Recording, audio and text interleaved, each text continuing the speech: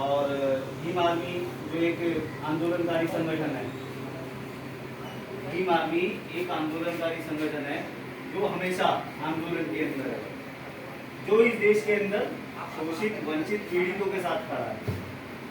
Sir, शब्दों का खेल है। अगर आप शोषित हैं तो आपका शोषण करने वाला कौन है?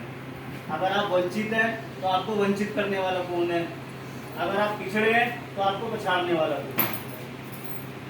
शोषित वंचित पीड़ित। अगर आप शोषित हैं तो आपका कोई शोषण कर रहा है, अगर आप वंचित हैं तो यानी आपको वंचित रखा गया है, अगर आप पिछड़े हुए हैं तो यानी आपको पिछड़ाया गया है।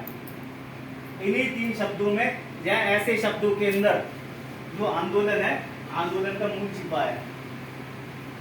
आंदोलन के अंदर जो सबसे बड़ी पहचान है दोस्त और दुश्मन की। आंदोलन के अंदर अगर आप अपने दोस्त और दुश्मन की पहचान कर देंगे, उसकी विचारधारा की पहचान कर देंगे, उसकी पहचान कर लेंगे, तो आपको आंदोलन के अंदर सहभागिता देने के अंदर आसानी होगी और आपका आंदोलन सही दिशा की ओर जाएगा। ये बेशक सही है, हम इस देश के हर नागरिक के साथ खड़े हैं, बिना जाति देखे, बिना धर्म देखे, ये बात बिल्कुल सही है। पर फिर भी हमारे इस देश के अंदर जो इस देश का शासक वर्ग है, क्या उसकी समस्याएं हैं? आज वह अपनी मर्जी से इस देश की न्यायपालिका, कार्यपालिका, विधायिका और मीडिया पर उसका चारों जो लोकतंत्र के जो चार पिलर है उसका पूर्ण रूप से कब्जा है। इसकी समस्याएं हैं।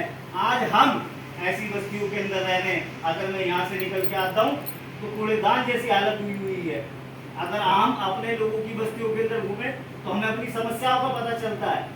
आज हमें नौकरी की समस्या है, शिक्षा की समस्या है। बड़ी बड़ी बिल्डिंग बना देने से, जैसे कि दिल्ली के अंदर आम आदमी पार्टी करी, बड़ी बड़ी बिल्डिंग बना, सिर्फ बड़ी बड़ी बिल्डिंग बना देने से आपके बच्चों को शिक्षा नहीं मिलने वाली। वहाँ पर शिक्षा का एक स्टैंडर्ड भी मेंटेन करना होगा, वहाँ पर शिक्षक भी रखने होंगे, तभी जाके आपकी आने वाली नस्ल शिक्षित होगी। और जब आप देखते हैं आजादी के बाद इस देश के अंदर, आजादी के बाद इस देश के अंदर संविधान लागू होता है, आपके लोग शिक्षित होते हैं, आपके लोगों को रोजगार मिलता है, आपके लोग आगे बढ़ते हैं। संविधान लागू हुआ, आरक्षण के माध्यम से बाबा साहब ने आपको एक व्यवस्था ऐसी बनाई कि आपके लिए आरक्षित किया गया कि अगर 100 है उसके अंदर से 15 उन्होंने रिजर्व किया कि भाई ये 15 लोग हमारे होंगे, ये 15% लोग हमारे होंगे, इन्हें आपको देना ही होगा। उसके माध्यम से आपके लोग शिक्षित हुए, उन्हें नौकरियां मिली और साधन संपन्न हुए। पर आज क्या ऐसी स्थिति है? आज क्या ऐसी स्थिति है? आज उन विद्यालयों का निजीकरण कर दिया गया है। अगर सरकारी विद्यालय है तो उन्हें बर्बाद कर दिया गया है, उसके अंदर शिक्षकों की भर्ती नहीं की जाती है। अगर नौकरियां दी, सरकारी नौकरियां दी, उनका निजीकरण कर दिया गया है। जब निजीकरण कर दिया गया है तो आपके हाथ से इस देश की जो अपनी भागीदारी देने के लिए एक व्यवस्था थी उसे खत्म कर दिया गया है।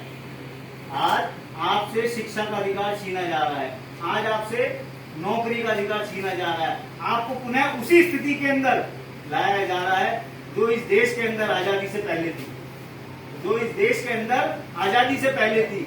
साथियों, मैंने अपनी बात को शुरू करने से पहले कहा, आंदोलन के अंदर दोस्त और दुश्मन की पहचान करनी होगी।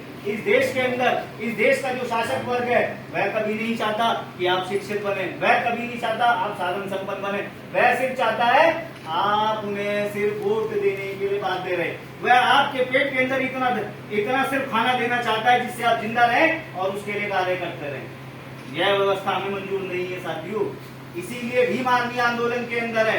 और हम चाहते हैं इस देश के अंदर न सिर्फ राजनीतिक परिवर्तन हो, इस देश के अंदर सामाजिक परिवर्तन होना बहुत जरूरी है। इस देश के अंदर अब से पहले भी बहुजनों द्वारा राजनीतिक परिवर्तन हुआ, इस देश के अंदर इससे पहले भी राजनीतिक परिवर्तन हुआ, पर जब तक इस देश के अंदर सामाजिक परिवर्तन नहीं होगा तब तक इस देश के अंदर हमारी जो राजनीतिक हिस्सेदारी है वह महफूज नहीं रह सकती। सामाजिक परिवर्तन से हमारा जो तात्पर्य है, एससी का एससी से भाईचारा, एससी का मुस्लिम से भाईचारा, मुस्लिम एससी एसटी का भाईचारा, एससी एसटी ओबीसी का भाईचारा, जो हमारा जो सामाजिक परिवर्तन है। साथियों, इस देश के शासक वर्ग ने 6743 जातियों के अंदर बांटकर हमारे बीच झगड़ा लगाया, हमारे बीच झगड़ा लगाया, हमारे बीच द्वेष की भावना पैदा की, मुसलमान और हमारे बीच द्वेष की भावना की, चूड़े और चमार के बीच द्वेष की भावना की, खटीक और बंदी के बीच में द्वेष की भावना की। हमें साथियों अगर दुश्मन की विचारधारा झगड़े की है, हमें समानता समता आधारित एक भाईचारा जो अपना निर्माण करना होगा। हमें अपना पुनः अपने संबंधों का निर्धारण करना होगा और इस देश के अंदर मूल निवासी बहुजन विचारधारा का दोबारा से संगठित करना होगा, तब जाकर हम इस देश के शासक बन सकते हैं। यही है समाज नीति साथियों। जब तक समाज नीति के अंदर परिवर्तन नहीं होगा, जब तक समाज में परिवर्तन नहीं होगा, राजनीतिक परिवर्तन करना असंभव है। हमें भीम आर्मी के कार्यकर्ता को सिर्फ हमारी जिम्मेदारी अन्याय के खिलाफ लड़ने की नहीं है। भीम आर्मी के कार्यकर्ता की जिम्मेदारी कहीं कुछ होगा तो हो जाएगा, हो सकता है कि ऐसी कोई स्थिति ना आए कि आपको कोई जाना ही ना पड़े, उस समय आप क्या करोगे? उस समय आपको निर्धारण करना होगा आपसी भाईचारे का। जैसा कि मैंने बताया, जिन जाति समूह जिन जातियों के बीच में द्वेष की भावना है, उनके बीच में जो उस समाज के बुद्धिजीवी लोग हैं, उस जो समझदार उस समाज के उस जाति के जो समझदार लोग हैं, उनसे मिलकर बातचीत की जाए, उन लोगों से बातचीत की जाए और आने वाले समय के अंदर हमारा भाईचारा बढ़ सके, एक ऐसा प्लान बनाया जाए। जब तक हम ऐसा नहीं करेंगे तब तक मैं फिर पुनः कहना चाहता हूँ, इस देश की राजनीति के अंदर आप पूरी तरह से महफूज नहीं है।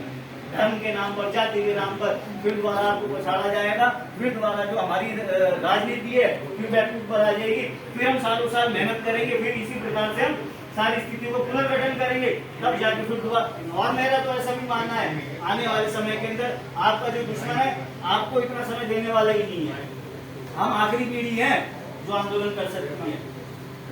और ऐसा कहने का मेरा मुख्य कारण क्या है, अब जो युवा पीढ़ी है उसके पास रोजगार नहीं है, उतनी शिक्षा नहीं है। हो सकता है कुछ युवकों के पास या महिलाओं के पास थोड़ी शिक्षा हो, पर आने वाले समय के अंदर कैसी स्थिति बनने वाली है कि आपके लोगों के पास रोजगार नहीं होगा। जिनके पास रोजगार नहीं होते उनके पास साधन संसाधन नहीं होते, जिनके पास साधन संसाधन नहीं होते, आप ये मान के चलिए जिंदगी में कभी आंदोलन नहीं कर सकता। जिस समय काशीराम साहब ने आंदोलन किया ना, उस आंदोलन के अंदर जो सबसे बड़ी सहभागिता थी साधन संसाधनों की थी। वो कौन थे लोग? जो आपके लोग संविधान की बदौलत पढ़ के नौकरियों पे गए, उन्होंने काशीराम साहब को पूरा साथ सहयोग किया। पर आज मुझे ऐसा नहीं लगता कि वर्तमान के अंदर, और हो सकता है वर्तमान के अंदर कुछ ऐसी स्थिति बची रह गई हो, पर आने वाले समय के अंदर कोई ऐसी स्थिति बचने वाली नहीं है। खाली पेट व्यक्ति कभी आंदोलन नहीं कर सकता है। आप आखिरी पीढ़ी है साथियों, आप लोग आखिरी पीढ़ी है जो इस आंदोलन को अंजाम दे सकते हो।